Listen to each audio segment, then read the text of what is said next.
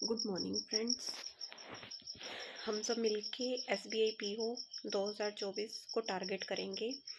और इससे पहले मैं आपको मेरी जो बैंकिंग एग्ज़ाम्स को लेकर जर्नी रही है मैं वो आपके साथ जो है वो शेयर करना चाहती हूँ। I have completed my master's degree in 2017. After that I have joined coaching classes for 3 months. Due to some family issue I have to left that city and come to my village.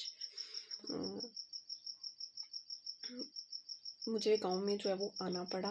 Family में यहाँ हमारे घर में मैं और मेरे पापा रहते हैं, मुझे घर का करना होता है। फिर मैंने थोड़ा टाइम के लिए जो है यहाँ पर घर पे कंटिन्यू किया। तो मतलब मैंने SBI क्लर्क दिया, उसमें 70 समथिंग मार्क्स थे मेरे प्री में। और कुछ नंबर से मे बी मतलब इतना मुझे रिमाइंड है कि वो कुछ नंबर से मे बी 3 और 4 नंबर से जो मेरा प्री रह गया था। और फिर उसके बाद मतलब रिस्पॉन्सिबिलिटीज़ आ गई थी और फिर मुझे एकदम से ऐसे लगने लगा था कि मुझसे बैंकिंग एग्ज़ाम्स नहीं होंगे। और मैंने जो है वो जॉब ज्वाइन कर ली थी यहाँ पर गांव में ही स्कूल ज्वाइन कर लिया था। वहाँ पर मैं 9 to 12 पढ़ा रही थी। मतलब स्टार्टिंग में मुझे 6 to 8 इंग्लिश पढ़ाई मैंने, और फिर 9 to 12 कॉमर्स क्लासेस में भी। जैसे मैंने मास्टर्स की है MCOM, तो फिर मैंने वहाँ पर +12 में इको वगैरह टीच की।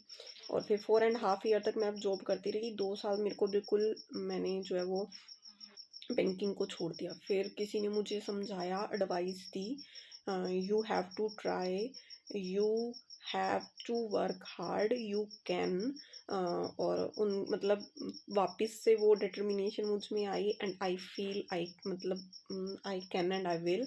और फिर मैंने ट्राई किया। तो मतलब कोऑपरेट हुआ, मुझे स्कूल से भी लीव वगैरह मिलने लग गई। स्कूल से भी बहुत कोऑपरेट किया गया मुझे। तो लेकिन फिर मतलब मेरा प्री क्वालिफाई नहीं हो रहा था। पहले जिस हिसाब से था जहाँ पर था, फिर मेरा प्री क्वालिफाई नहीं हो रहा था।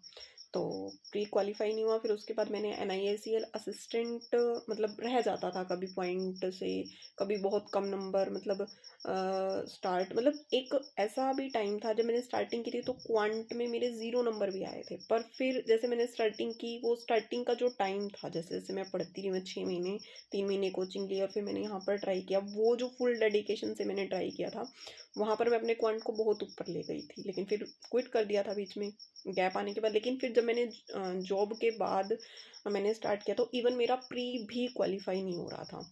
NIACL असिस्टेंट का एग्ज़ाम दिया, मतलब बहुत एग्ज़ाम दिए मैंने, RRB PO clerk, NIACL assistant का एग्ज़ाम दिया था मैंने।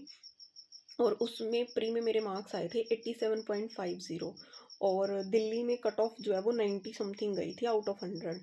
तो और वो मैंने दिल्ली से भरा था, लेकिन हरियाणा की जो है वो कट ऑफ जो है वो 87.50 गई थी। तो वो प्री भी क्वालिफाई नहीं हुआ। LIC ADO का प्री हुआ था, फिर वो आगे मीन्स नहीं हुआ मेरा। तो इस तरह से गाड़ी चलती रही। मैंने 1 साल जो है वो मतलब किया। फिर मैंने उस किसी ने मुझे एडवाइस किया कि you have to quit the job, मतलब घर का है तुम्हें, जॉब का है। मेरी हेल्थ ख़राब रहने लग गई थी, इतने सारे फेलियर्स। फिर उसके बाद मैंने जो है वो जॉब को क्विट कर दिया। मतलब और लास्ट जून जो है मैंने जॉब क्विट कर दी थी। जॉब क्विट करने के बाद भी मतलब मैं ट्राई कर रही थी कुछ मतलब तो फिर मेरा प्री भी क्वालिफाई नहीं हो रहा था। मतलब प्री भी क्वालिफाई नहीं हुआ मेरा।